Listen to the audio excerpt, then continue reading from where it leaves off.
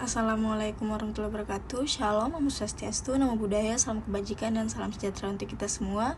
Kami grup 2 dari kelas D tahun ajaran 2023 dari Prodi Pendidikan Bahasa Inggris Universitas Singapura Bangsa Karawang akan menjelaskan materi mengenai pertumbuhan fisik. Yang pertama yang akan saya jelaskan yaitu penyebab pertumbuhan. Apa sih penyebab pertumbuhan itu? Pertumbuhan fisik adalah perubahan-perubahan fisik yang terjadi dan merupakan gejala primer dalam pertumbuhan remaja. Perubahan-perubahan ini meliputi perubahan ukuran tubuh, perubahan proporsi tubuh, munculnya ciri-ciri kelamin yang utama atau primer dan ciri kelamin kedua sekunder. Menurut Mus yang dikutip oleh Sarlito Wirawan Sarlito 1991 pada halaman 51, urutan perubahan fisik adalah sebagai berikut. Pada anak perempuan, 1. Pertumbuhan tulang-tulang atau badan menjadi tinggi dan anggota-anggota badan menjadi panjang. Yang kedua, pertumbuhan payudara. Yang ketiga, tumbuh bulu yang halus berwarna gelap di kemaluan. Yang keempat, mencapai pertumbuhan ketinggian badan yang maksimum setiap tahunnya. Yang kelima, bulu kemaluan menjadi keriting. Yang keenam, menstruasi atau haid. Yang ketujuh, tumbuh bulu-bulu ketiak. Selanjutnya, pada anak laki-laki. Yang pertama, pertumbuhan tulang-tulang. Yang kedua, testis atau buah pelir membesar. Yang ketiga, tumbuh bulu kemaluan yang halus, lurus, dan berwarna gelap. Yang keempat, awal perubahan suara. Yang kelima, ejakulasi atau keluarnya air mani. Yang keenam, bulu kemaluan menjadi keriting. Yang ketujuh, pertumbuhan tinggi badan mencapai tingkat maksimum setiap tahunnya. Yang kedelapan, tumbuh rambut-rambut halus di wajah, kumis, dan jenggot.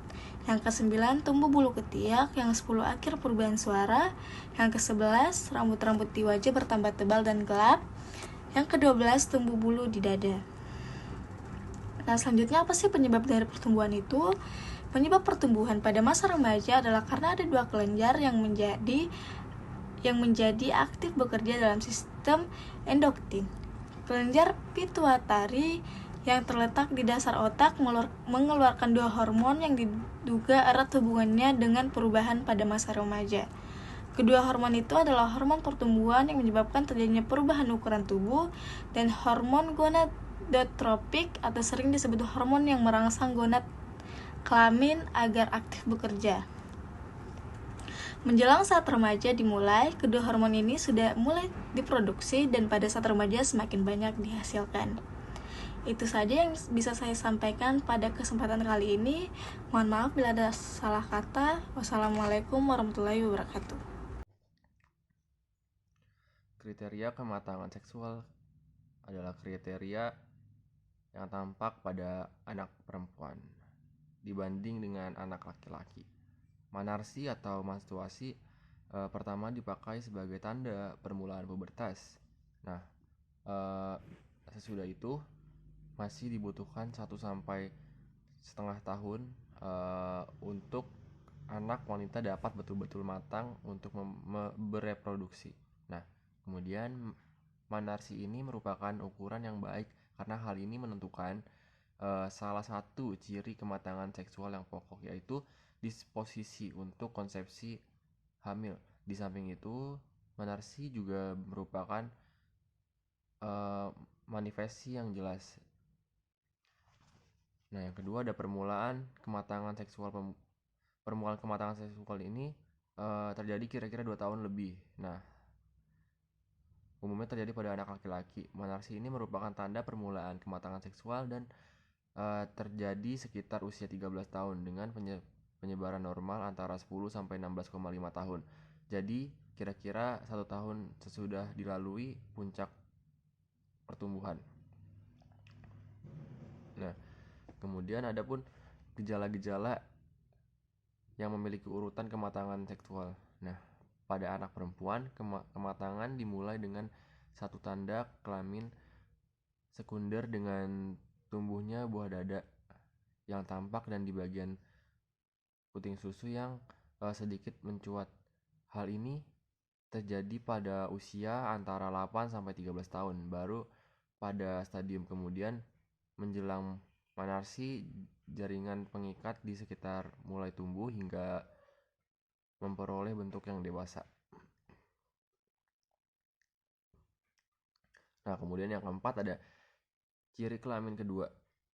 Ciri kelamin kedua pada anak adalah membesarnya buah dada dan mencuatnya susu di pinggul, melebar, lebih lebar dari lebar bahu, tumbuh rambut di sekitar kemaluan, tumbuh rambut di sekitar ketiak, dan juga suara bertambah nyaring. Sedangkan ciri kelamin kedua anak laki-laki adalah tumbuh kumis dan jenggot, otot-otot mulai tampak, bahu melebar lebih lebar, nada suara membesar, tubuh menjadi lebih kuat, dan sebagainya. Ciri-ciri kelamin kedua ini membedakan bentuk fisik antar laki-laki dan juga perempuan. Perubahan fisik sepanjang masa remaja meliputi dua hal, yaitu percepatan pertumbuhan. Bagi remaja laki-laki, permulaan percepatan pertumbuhan sekitar antara 10,5 dan 16 tahun. Bagi remaja perempuan, percepatan pertumbuhan dimulai antara 7,5 dan 11,5 tahun. Dengan umur rata-rata 10,5 tahun. Puncak pertumbuhan ukuran fisik dicapai pada usia 12 tahun, yakni kurang lebih bertambah 6 sampai 11 cm per tahun. Dan yang kedua ada proses pematangan seksual. Meskipun kematangan seksual berlangsung dalam batas-batas tertentu dan urutan tertentu dalam pengembangan ciri-ciri kelamin sekunder, namun kematangan seksual anak remaja berjalan secara individual, sehingga hanya mungkin untuk memberikan urutan rata-rata dan penyebarannya. Nah, materi selanjutnya akan diteruskan oleh rekan saya. Baik, terima kasih Eko. Lalu selanjutnya ada 3 kriteria yang membedakan anak laki-laki daripada anak perempuan, yaitu dalam hal kriteria kematangan seksual. Kriteria kematangan seksual tampak lebih jelas pada anak perempuan daripada anak laki-laki.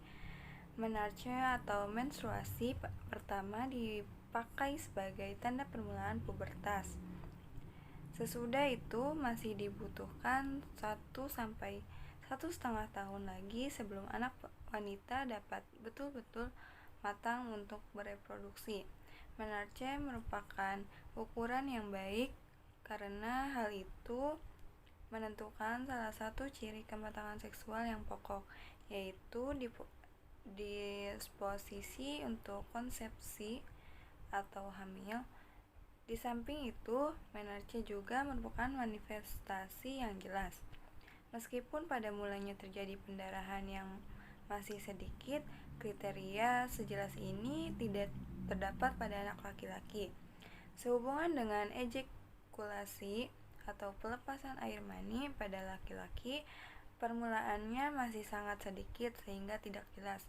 Sering dipakai percepatan pertumbuhan sebagai kriteria penetapan titik awal masa remaja, karena diketahui adanya korelasi antara percepatan pertumbuhan itu dengan timbulnya tanda-tanda kelamin sekunder maupun primer.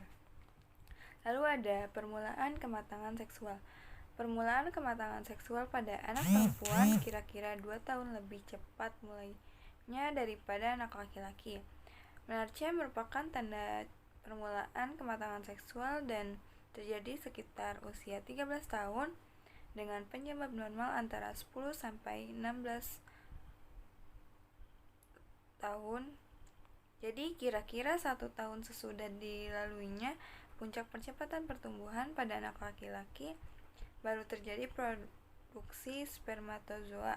Hidup selama kira-kira 1 tahun sesudah puncak percepatan perkembangan, tetapi dalam air mani baru terdapat sedikit sperma. Lalu ada urutan gejala-gejala kematangan seksual. Pada anak perempuan, kematangan dimulai dengan 1 tanda kelamin sekunder dengan tumbuhnya buah dada atau payudara yang tampak dan bagian puting susu yang sedikit mencuat. Hal ini terjadi pada usia antara 8 sampai 13 tahun. Baru pada stadium kemudian menjelang menarche, jaringan pengikat di sekitar mulai tumbuh hingga payudara mulai memperoleh bentuk yang dewasa. Kelenjar payudara baru mengadakan reaksi pada saat kehamilan dengan suatu pembengkakan, sedangkan produksi air susu terjadi pada akhir kehamilan. Hal ini merupakan akibat reaksi-reaksi fisiologi yang menyebabkan perubahan-perubahan pada organ-organ kelamin internal. Pada anak laki-laki, kematangan seksual dimulai antara umur 9,5 sampai 13,5 tahun yang berakhir antara 13,5 sampai 17 tahun. Pada usia kurang lebih 19 sampai 16 tahun, pada anak laki-laki maupun perempuan, pangkal tenggorokannya atau jakun mulai membesar yang menyebabkan pita suara menjadi lebih panjang. Anak laki-laki mengalami hal ini lebih banyak. Anak perempuan mendapatkan suara yang lebih tinggi dan nyaring, sedangkan suara anak laki-laki berubah menjadi agak berat. Karena pertumbuhan anatomi yang cepat mendahului penyelesaian urat sarafnya belum dapat cocok, maka timbullah keadaan yang khas pada anak laki-laki. Terdengarlah suara yang tinggi di antara suara yang lebih berat. Lalu ada kondisi-kondisi lain yang mempengaruhi pertumbuhan fisik anak. Kondisi-kondisi lain yang mempengaruhi pertumbuhan fisik anak antara lain adalah pengaruh keluarga. Pengaruh faktor keluarga di sini meliputi faktor keturunan maupun faktor lingkungan. Karena faktor keturunan, seorang anak dapat lebih tinggi atau panjang dari anak lainnya sehingga ia lebih berat tubuhnya. Jika ayah dan ibu atau kakinya tinggi dan panjang, faktor lingkungan akan membantu menentukan tercapai tidaknya perwujudan potensi keturunan yang dibawa anak tersebut. Pada setiap tahap usia, lingkungan lebih banyak pengaruhnya terhadap berat tubuh daripada terhadap tinggi tubuh. Lalu ada pengaruh gizi. Anak-anak yang memperoleh gizi cukup biasanya akan lebih tinggi tubuhnya dan sedikit lebih cepat mencapai taraf remaja dibandingkan dengan mereka yang kurang memperoleh gizi. Lingkungan dapat memberikan pengaruh pada remaja sedemikian rupa sehingga menghambat atau mempercepatnya potensi pertumbuhan di masa remaja. Lalu ada gangguan emosional. Anak yang terlalu sering mengalami gangguan emosional akan menyebabkan terbentuknya steroid adrenal yang berlebihan, dan ini akan membawa akibat pembentukan hormon pertumbuhan di kelenjar pituitary. Bila terjadi hal demikian, pertumbuhan awal remaja terhambat dan tidak tercapai berat tubuh yang seharusnya. Sekian pemaparan materi dari saya. Selanjutnya saya persilahkan kepada Maulidi Aspa. Terima kasih Najara atas materinya. Kondisi-kondisi lain yang mempengaruhi pertumbuhan fisik anak yang keempat adalah jenis kelamin. Anak laki-laki cenderung lebih tinggi dan lebih berat daripada anak perempuan. Kecuali pada usia antara 12 sampai 15 tahun, anak perempuan biasanya akan sedikit lebih tinggi dan lebih berat daripada anak laki-laki. Terjadinya perbedaan berat dan tinggi tubuh ini karena bentuk tulang dan otot pada anak laki-laki memang berbeda dengan anak perempuan. Selanjutnya ada status sosial ekonomi. Anak-anak yang berasal dari keluarga dengan status sosial ekonomi rendah cenderung lebih kecil daripada anak yang berasal dari keluarga yang sosial ekonominya tinggi. Yang kelima ada kesehatan. Anak-anak yang sehat dan jarang sakit biasanya akan memiliki tubuh yang lebih berat daripada anak yang sering sakit. Yang keenam ada pengaruh bentuk tubuh. Bentuk tubuh contohnya seperti metamorf, ektomorf, dan endomorf akan mempengaruhi besar kecilnya tubuh anak. Misalnya, anak yang bentuk tubuhnya mesomorf akan lebih besar daripada endomorf atau anak yang ektomorf karena mereka memang lebih gemuk dan lebih berat. Perubahan psikologis muncul antara lain sebagai akibat dari perubahan-perubahan fisik. Di antara perubahan-perubahan fisik itu, yang terbesar pengaruhnya pada perkembangan jiwa remaja adalah pertumbuhan tubuh atau badan, mulai berfungsinya alat-alat reproduksi dan tanda-tanda kelamin kedua yang tumbuh. Perubahan fisik hampir selalu dibarengi dengan perubahan perilaku dan sikap. Keadaan ini sering menjadi sedikit parah karena sikap orang-orang di sekelilingnya dan sikapnya sendiri dalam menghadapi perubahan fisik itu. Dalam masa remaja, perubahan yang terjadi sangat jelas sehingga dapat mengganggu keseimbangan yang sebelumnya terbentuk. Perilaku mereka mendadak menjadi sulit ditebak dan seringkali melawan norma sosial yang berlaku. Oleh karena itu, masa ini seringkali dinamakan sebagai masa negatif. Pada saat pertumbuhan sudah sedikit lambat dan perubahan tubuhnya telah sempurna, maka akan terjadi keseimbangan kembali. Meskipun pengaruh pubertas terhadap anak-anak remaja berbeda-beda, cara mereka melampiaskan gangguan ketidakseimbangan tampaknya sama. Beberapa bentuk senantiasa yang mudah dilihat adalah mudah tersinggung, tidak dapat diikuti jalan pemikirannya ataupun perasaannya, ada kecenderungan menarik diri dari keluarga atau teman, menentang kewenangan, sangat mendambakan kemandirian, sangat kritis terhadap orang lain, dan sangat tampak bahwa dirinya tidak bahagia. Terima kasih. Materi selanjutnya akan dibacakan oleh Nur Hadibah. Oke, terima kasih Asfa. Yang materi selanjutnya yaitu karena memang sedang terjadi perubahan beberapa kelenjar pertumbuhan yang menyebabkan terjadinya perubahan dalam pembentukan dan ukuran tubuhnya, anak-anak remaja ini secara fisik seringkali merasa sangat tidak nyaman. Misalnya ada keluhan, gelisah, nafsu makan berkurang, gangguan pencernaan, sakit kepala, terus juga sakit punggung dan sebagainya yang umumnya mencerminkan adanya perasaan tidak nyaman. Gangguan ini lebih banyak menghinggapi anak perempuan daripada laki-laki. Bahkan beberapa anak laki-laki kurang sekali merasakan hal-hal tersebut yang ada di tadi saya sebutkan. Semua gangguan itu tampaknya tidak mendorong anak remaja berperilaku sesuai dengan harapan masyarakat. Pada saat ini, hanya sedikit remaja yang mengalami kekurangan darah.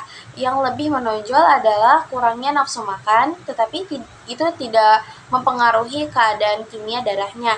Bila sampai pada kekurangan darah, maka anak akan mengalami gangguan karena adanya ketegangan emosional. Anak remaja tampaknya terlalu memperhatikan keadaan tubuhnya yang sedang mengalami proses pertumbuhan. Tanggapan atas perubahan dirinya itu dapat digolongkan menjadi dua, yaitu mereka yang terlalu memperhatikan normal tidaknya dirinya dan mereka yang terlalu memikirkan tepat tidaknya kehidupan kelaminnya. Bila mereka memperhatikan teman sebayanya, kemudian ternyata dirinya berbeda dengan mereka, maka akan bila mereka memperhatikan teman sebayanya, kemudian ternyata dirinya berbeda dengan teman sebayanya, maka mereka akan muncul pikiran tentang tidak normalnya pada dirinya. Anak-anak yang tergolong cepat atau lebih awal tumbuh sering merasa khawatir bahwa pada masa dewasanya nanti tubuhnya akan terlalu tinggi. Sedangkan anak yang tumbuh lebih lambat pun mereka sama-samanya berpikiran untuk khawatir. Remaja yang banyak memperhatikan terhadap kelompok, perilaku remaja ini akan banyak dipengaruhi oleh perilaku kelompoknya. Kelompok remaja dapat dibentuk dalam sekolah seperti pada kelompok olahraga, kelompok seni, kelompok belajar, dan sebagainya. Begitu pula dengan kelompok remaja dapat dibantu di luar sekolah seperti kelompok olahraga, kesenian, pramuka, dan sebagainya. Jenis kegiatan kelompok seringkali ditentukan oleh kelompok itu sendiri, sehingga di samping banyak kegiatan yang bernilai positif juga terdapat kegiatan yang bernilai negatif. Kegiatan bernilai positif seperti olahraga, pramuka, dan seni karena dapat memupuk pertumbuhan fisik remaja.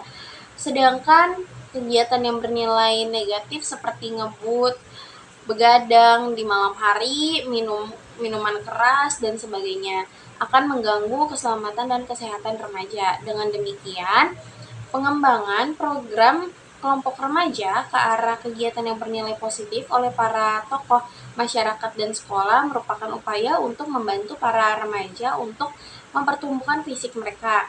Pengembangan kegiatan pramuka, penyelenggaraan senam, kesegaran jasmani, dan pembiasaan hidup bersih perlu diprogramkan sebagai kegiatan kokurikuler dan ekstrakuler di sekolah. Perlu diprogramkan secara baik.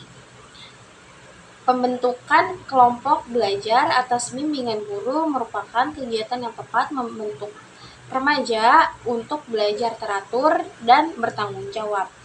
Oke, sekian dari kelompok kami. Mohon maaf bila banyak kesalahan. Wassalamualaikum warahmatullahi wabarakatuh.